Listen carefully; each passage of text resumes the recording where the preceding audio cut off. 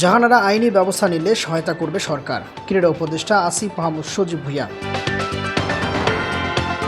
বাংলাদেশ নারী ক্রিকেট দলের সাবেক অধিনায়ক জাহানারা আলম যৌন হয়রানির বিষয়ে আইনি ব্যবস্থা নিলে সরকার সর্বোচ্চ গুরুত্ব দিয়ে সহায়তা করবে বলে জানিয়েছেন ক্রীড়া উপদেষ্টা আসিফ মাহমুদ সজীব ভুঁইয়া। তিনি বলেন, এ ধরনের কাজ করে কেউ যেন পার পেয়ে না যায় তা নিশ্চিত করবে সরকার।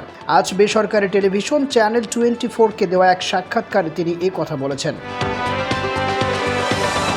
বাংলাদেশ দলের হয়ে 135টি আন্তর্জাতিক ম্যাচ খেলায় জাহানারা বৃহস্পতিবার একটি ইউটিউব চ্যানেলকে দেওয়া সাক্ষাৎকারে জাতীয় দলে থাকার সময় যৌন হয়রানির শিকার হয়েছেন বলে অভিযোগ করেছেন। জাতীয় নারী দলের সাবেক নির্বাচক মঞ্জুরুল ইসলাম এবং নারী বিভাগের সাবেক ইনচার্জ তৌহিদ মাহমুদকে দায়ী করে তাদের কখনোই ক্ষমা করবেন না বলেও মন্তব্য করেন তিনি।